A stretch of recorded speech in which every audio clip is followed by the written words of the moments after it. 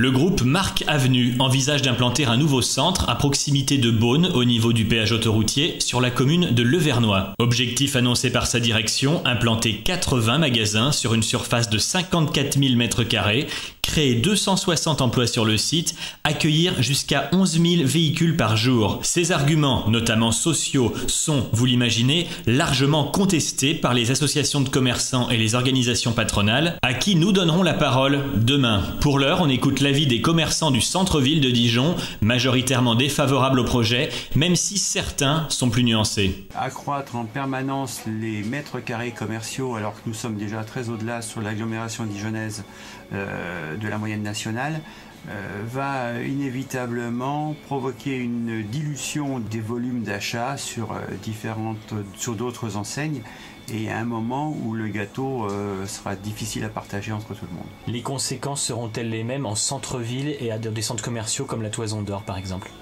Je pense que les centres-villes peuvent continuer à avoir leur place dans le commerce régional si les municipalités ont la volonté de les faire vivre, si les commerçants de centre-ville arrivent à se fixer des objectifs d'originalité, de rotation de produits et sortir de l'uniformité que sont les centres commerciaux, qui sont les mêmes à Dijon, à Paris, à Lyon, à Marseille. Est-ce que vous vous opposez frontalement à tout type de magasin d'usine?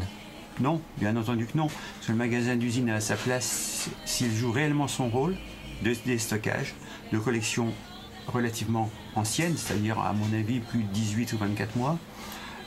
On ira au magasin d'usine pour trouver des fins de collection à des prix intéressants, mais pas pour avoir le dernier produit qui vient de sortir, que vous allez trouver en boutique. En tant que commerçante en centre-ville à Dijon, vous êtes plutôt opposée à l'implantation de Marc Avenue à Beaune? Je suis plutôt opposée. Je pense effectivement que je ne serai pas touchée puisque moi ma boutique est complètement à part. Mais c'est plus dans le sens de la solidarité par rapport aux autres commerçants qui, eux, vont souffrir. Et il y a beaucoup de petites unités, de petites boutiques qui, elles, vont souffrir.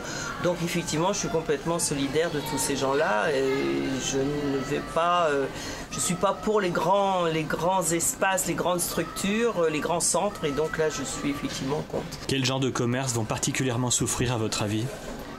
Toutes les marques que va représenter cet ensemble, hein. Donc il y a Petit Bateau, il y a toutes ces marques-là, et je vois vraiment pas pourquoi. Nous on est heureux d'avoir des petites boutiques dans les centres-villes et d'aller dans ces boutiques parce qu'on connaît bien les gens, parce qu'il y a un rapport entre ces personnes et nous, et d'un seul coup faire couler toutes ces boutiques. Moi je vais souvent à Troyes et je sais que toutes les petites boutiques de Troyes ont énormément souffert, hein.